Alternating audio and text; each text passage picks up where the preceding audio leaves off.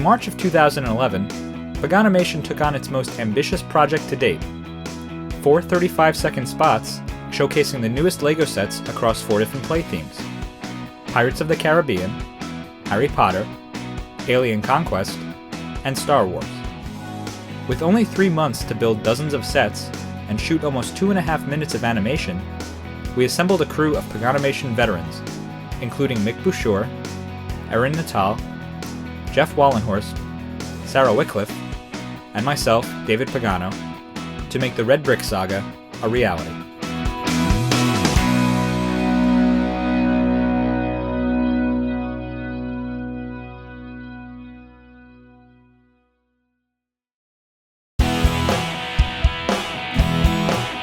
The Red Brick Saga was, in many ways, totally different from anything we had done before. First, the spots were being made for broadcast television. The target deadline was an air date on Nickelodeon in late June 2011. Second, apart from Alien Conquest, the spots all required the approval of LEGO's licensing partners: Warner Brothers, Lucasfilm, and Disney. When we were brought on board, rough storyboards for all 4 episodes had already been completed and were being reviewed by the respective licensees. As always, we took the storyboards and adapted them into first-pass animatics. This helped us figure out how to pare each spot down to 35 seconds and gave us a feel for the kinds of sets we'd need to build. How are they going to make these expressions? That I haven't figured out yet. Alright, I mean that should encompass all of the minifigs. Yeah, and then we'll kind of figure out what we need to build the specific sets that we're going to make for the actual shot. Normally, when we work on a series of 2 or more shorts, we produce one single episode at a time, from start to finish, so as not to get overwhelmed by the project as a whole.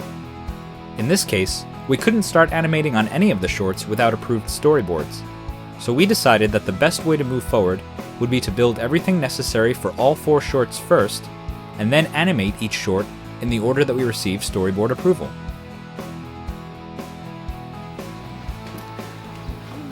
How's it going, team? It's going great. We're on day 9 of building. What are we making here?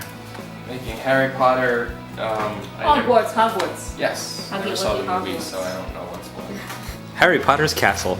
The one he lives in. Yeah. Well, technically. We should actually probably watch the movie. Okay.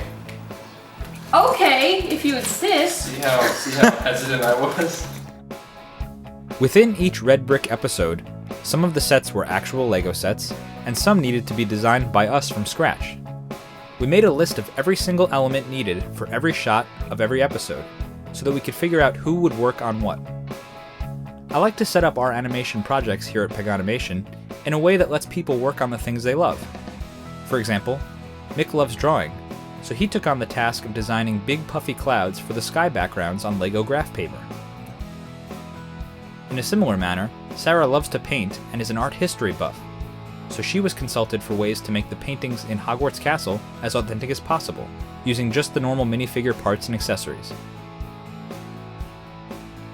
Since 3/4 of the Red Brick Saga involved existing movie licenses, we looked at the movies themselves as much as possible, for tone and design reference.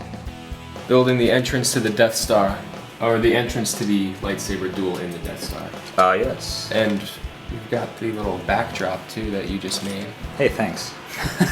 Cool. So here's a side-by-side comparison.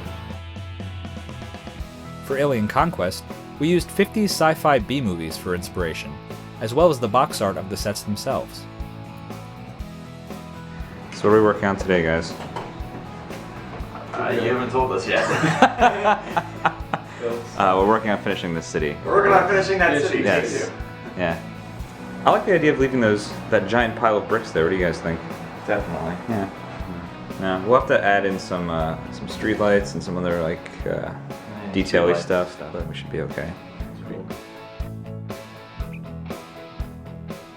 To speed up construction on the original creations, we would also use the LEGO sets themselves for design inspiration. The Hogwarts Castle interior, for example, uses the same window and stained glass designs that the real Hogwarts LEGO set does.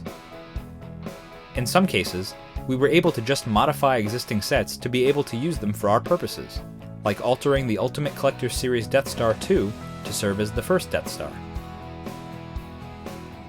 It took a whole month for us to complete every set necessary for the saga, but once we were done, it was time to start animating.